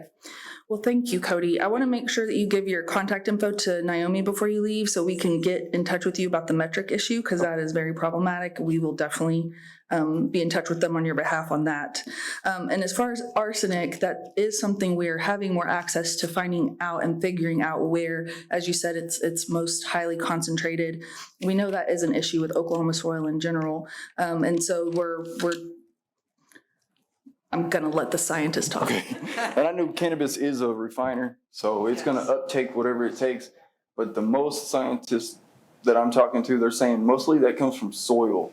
If it's cheap nutrients, I have a nutrients test from Oklahoma. I have a nutrients test from the company I use, a water test, and I was failed for a 0.2004, so barely over the limit. And then my next test that I gave to the same guy, he failed it for a 0.51. I'm like, your numbers are way too close for you to already say my water's passing and my nutrients is passing. With regard to where in the state arsenic is being detected, similar to those heat maps that Adria had up there earlier, we're now able to gather the metric information, overlay it with the Cinti information, and start generating heat maps specifically for the heavy metals. And just FYI, arsenic is the one that is detected more than any other of the heavy metals that we look for. So you should be seeing that information coming out pretty soon. It works. I'm just being a really a stickler for the accuracy of that data. I like to go through things multiple times so that I make sure it's correct when it's out there in front of everybody, but that's coming. Okay, and then what's OMMA's policy like on us recording going into a dispensary? And so if we do have a bad dispensary that says we're not going to show you a COA, we can have that. I mean, they're recording us. Kids are allowed into these dispensaries. So why can't we do our own? I run a page by the name of Oklahoma Green Vote, and I do teach people how to buy clean medicine in the state of Oklahoma. And after being kicked out of, I think, 3 dispensaries so far for showing them arsenic problems with the COAs they did show me, they just want to say, hey, you need to leave. Well, we don't have a policy about you doing or not doing it, so Okay. it would be totally up to you. Okay, thank you.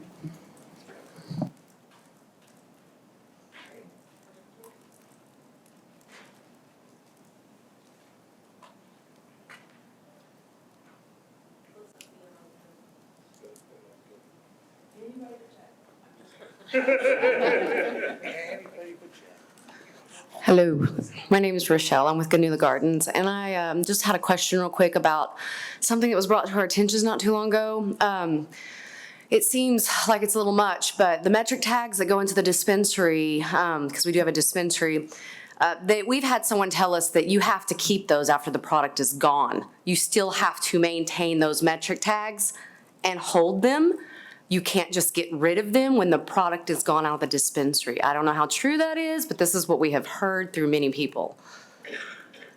So my understanding is that is a business decision. Okay. As far as your retention. Okay. Of those tags. That actually came from an inspector. So, and it wasn't my dispensary, it was told to, it was another dispensary, but that's when we hear this, we want to know about it, and we've tried calling and stuff, and we've been told, well, we don't know, you have to ask somebody else. So this was told to us by an inspector. What are you going to do with them? Right. All the numbers are on your paperwork. Yeah, so you have that. Right. Right. That was all I had. Okay. That's right. We're just going to send them all to a landfill. Yes, so our landfills are going to be overran with metric tags. Anybody but Jed? Totally. Yes, ma'am. Ben Jed. The question just gets saucier and saucier every day. Okay, Michelle Newman. This comes as a regard in compliance issues. I'm a compliance paralegal, so I assist business licensees in being compliant in all areas of OMMA's rules and regulations, state laws, etc. Compliance department, how my clients ask me all the time, how is the best way to communicate with the compliance department? Just recently, OMMA did away with emailing and you just mentioned it just a while ago, some kind of a contact form, not getting zero response, zero. Exactly. So I'm wanting to know, there is no way to divert that and get a question to compliance from a business owner? So the emails that used to go directly to compliance are all going to this contact form now. They're all going to a central repository so that we have standard answers going out instead of a million different inconsistent ones. So you should be getting responses. There's a consistent turnaround goal of what, 3 days?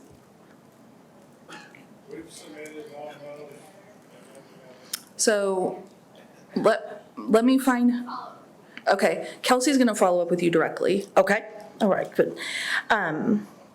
You guys mentioned the state bill on the badging for all employees. I missed that, and it's already implemented, passed, but I missed the number, please. Senate Bill 1704, it passed last session.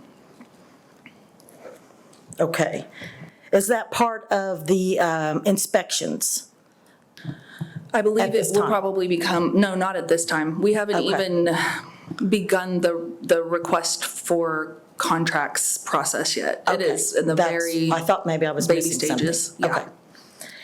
And then on operational inspections, with regard to metric credentialing, as you know, there are many licenses that are being bought and sold with the moratorium in place. Those licenses, many are non-operational, never been operational.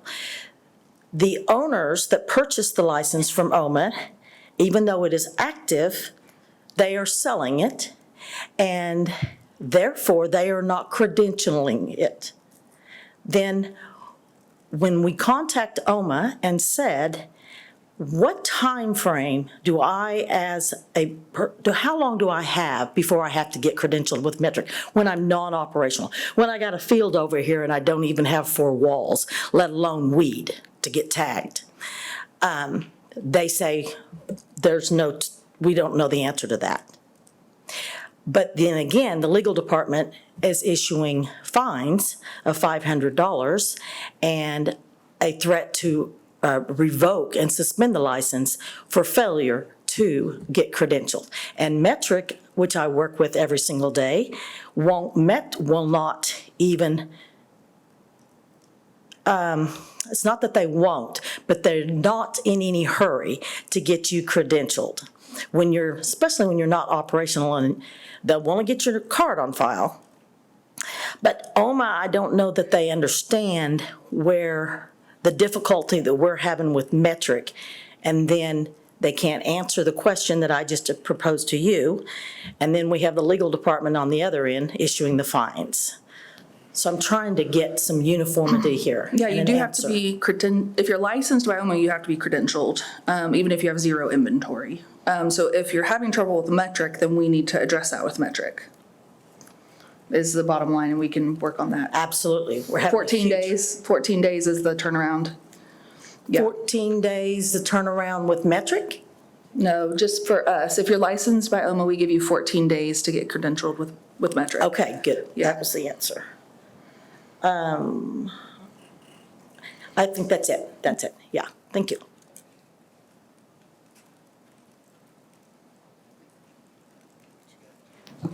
Jed.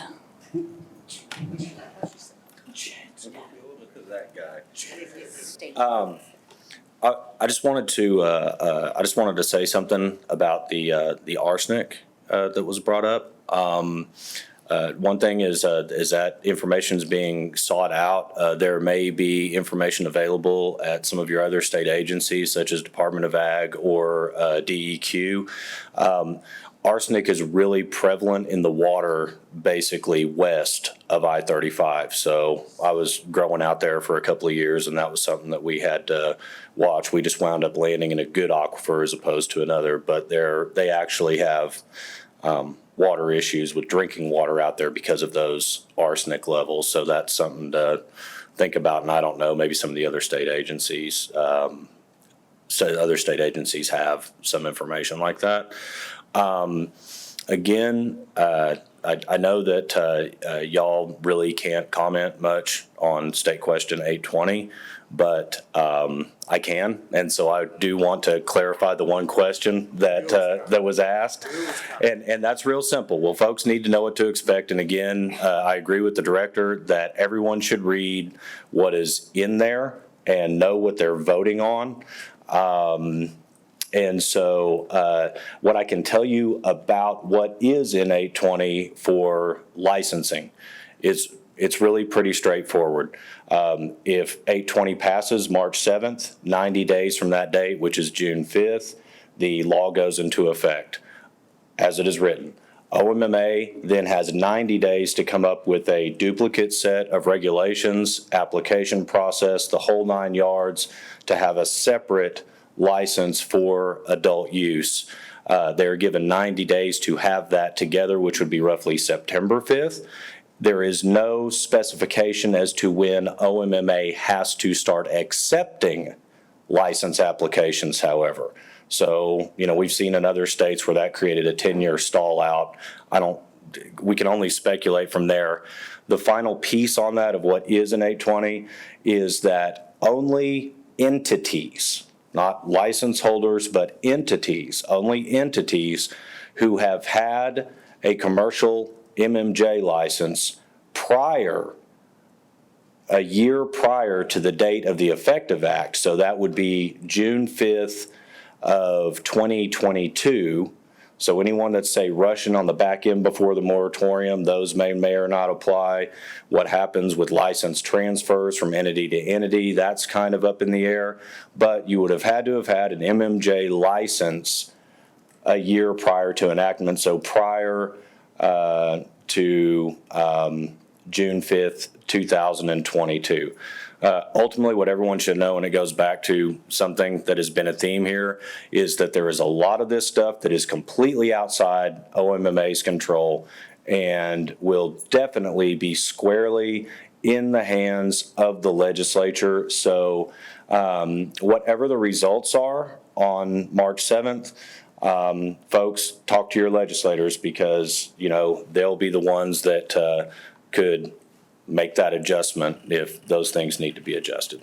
That's it. Thank you, Jed. Yes.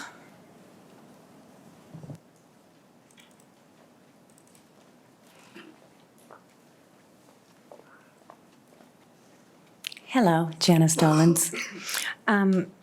Question just came in about a license transfer, being that when a license is in a renewal transfer mode, can it be somehow interrupted to allow a additional, like maybe transfer of location into that renewal? So if the renewal was submitted like a week ago, but then the owner of that wants to say, hey, can I also go ahead and change the address or the ownership on this license while I'm renewing? Well, address, I think, is one thing. Ownership seems like it would be a different thing, but that's me going out on a limb, and I don't know that address is a form that is something totally separate. And ownership, I'm getting a yes from our director of licensing behind you, yes. Address is a location change, and that cannot be done during renewal expense. It's a separate application, and you do it at renewal or after they make the decision. Yes, but the question is while it's, can a license be transferred while it's in a renewal process? Oh, can a license be transferred while it's in renewal? Like it was just submitted, but then of course somebody wants to go, oh, It sounds pretty nuanced that we'd probably need to talk that out. Because I don't know that's not very clear cut. Let's talk after. Let's talk after.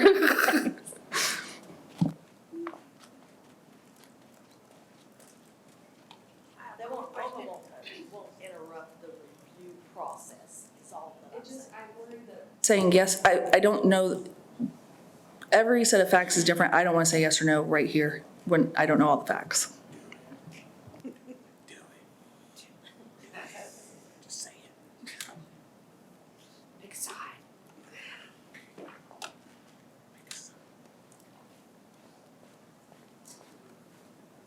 I'm Lynn Hughes again from Hilltop Gardens. Would you clarify for me, please, it just went out of my brain. All the time. How does Metric know that we're in the middle of a renewal and they don't shut us down when our expiration date happens? They are attached to our licensing software.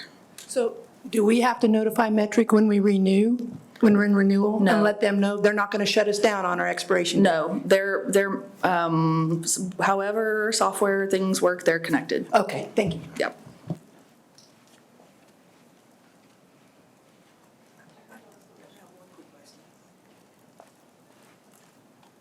Do we need to allow ourselves extra time to renew? Is that something we should do? It seems like everyone's having this issue. I would do the max, which is 60 days statutorily, right? It's just changed? 60 days. 60?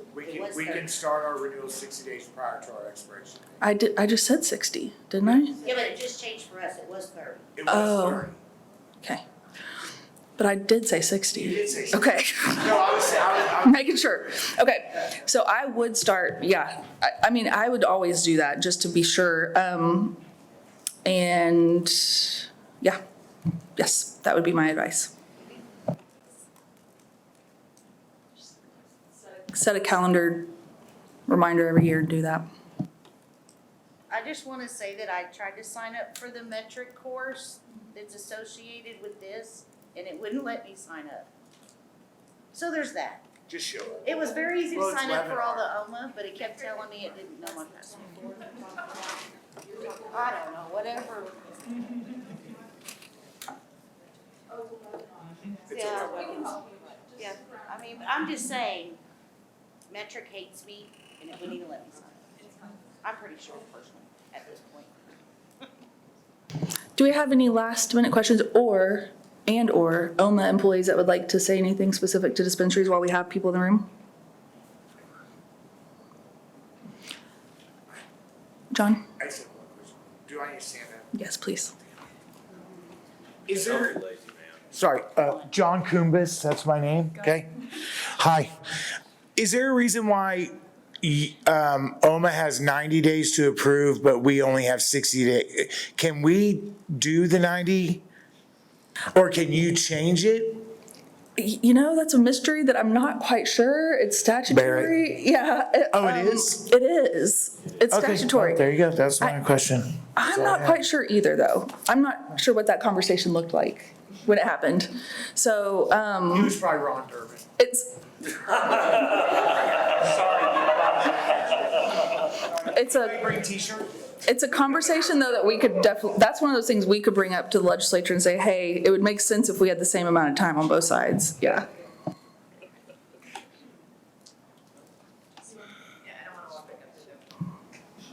If you leave here with nothing else today, go reach out, email, call your senator and your representative. Make them know your opinion and your point and your issues that you're having. Not all of them want to hear it. Those are the ones who need to push more. Resend those emails, keep reaching out. They're the only ones that can make our lives different. So take the time, make the effort. I would love, Michelle? Will you grab the mic, Michelle? Thank you. You grab the mic, what's your name? This is our Chief Regulatory Officer, Michelle Reddish. Hello, everyone. I am Michelle Reddish, Chief Regulatory Officer with OMMA and over the Compliance Department. I just want to say personally to everyone here that I have heard everything related to the Compliance Department. I've taken notes to be able to get back to the team and work on some of these areas. Some of the top 3 areas that I've received and heard from you all is professionalism, and we plan on addressing that as soon as I can get to the team. Training, that is a part of our goal for 2023 is the year of training. And so we're going to be working very diligently on making sure that the department is on one accord. And then last but not least, customer service satisfaction. We will absolutely move that up the chain and prioritize that so that you all can speak to some of the interactions that you're having out in the field. So I heard you. I'm excited to work on these opportunities, and you will definitely see an improvement. Thank you. I told you guys we have the best people at OMMA. Told you guys.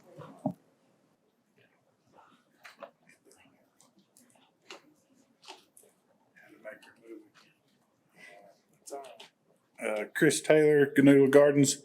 On these metric tags, is there anything you guys are doing to try to break their monopoly on these tags? Because Rochelle and I went to a meeting with some of the policymakers, and it was a tech company that had a form of metric tag. Their tag was 9 cents each. And not only did it do everything metrics tagged was, we could go on there and log in all sorts of information. So that tag would effectively help us with inventory tracking, it would streamline our businesses along with covering compliance if we weren't forced to buy their tags, and cost them the same amount to produce a tag. So why is there one price for one tag and one price for another when this company is making one and they're looking into biodegradable ones, which is great too, for 9 cents a tag? So I just think that that's wrong, that we have to be forced to buy metrics tags whenever there's better options for all of us. It would make you guys would even benefit from them. You said you're a dispensary? We're vertically integrated. Okay. Well, I get it, and we hear this all the time, and I don't have I wish I could tell you guys what you want to hear today. I'm not going to. When I came into this job, there was an RFP out there that had already, a request for proposals is what that is. It's where companies send in proposals to the state government. And this is done all over the United States. This is just how state government works. And companies sent in these proposals, and the people in charge went through them, and they picked 3 companies, and it's a blind choice. They don't know who the companies are. And they narrowed it down, and Metric won the contract. Woo! Okay. So by the time I got here, Metric had the contract, and it was tied up in a lawsuit, and the lawsuit was let go, and May 26th ended up being the magic day that we implemented Metric. That's where we are. As far as a monopoly, and that word is thrown around a lot, I'm a lawyer and it's not thrown around correctly. I'm just gonna let you know that. We are, I don't know what the conversations look like as far as tags and systems, but on our side of things, we have to have a way to track the data, track the products. That's all we need. So if the legislature wants to tell us, hey, do it differently, then they need to tell us that. And maybe they will, I don't know. And they're talking about it. So that's where I stand on it. These tags that this company had, you asked if it was a dispensary, so they would benefit a dispensary too, because you can say you make a package, and that package has the tag on it. It tells how many items are in that package, and that would streamline you could walk into your dispensary and scan it and tell everything that should be there inside that package. When we have that with Metric too, that's the training they're going through right now. Yeah. So I get it. I do. I know.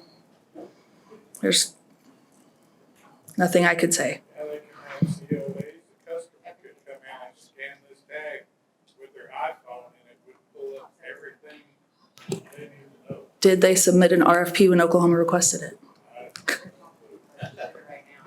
There was legislators there at this meeting. We went to And just FYI, there's no me just contracting with a company. That's how none of this works, right? OMMA is the technology company for the state of Oklahoma.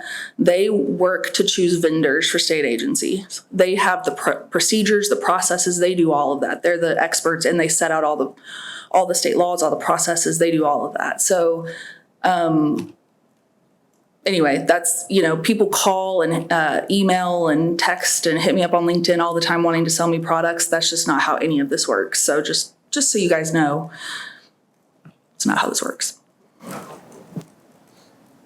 I was just gonna say, check out Senate Bill 177. Bill was just filed. It would require a new RFP process. It's by Rogers out of the Senate, and so I hear there may be one out of the House as well, but it does look like the legislators are the ones who would have to direct that. It looks like they are looking at it. Good start.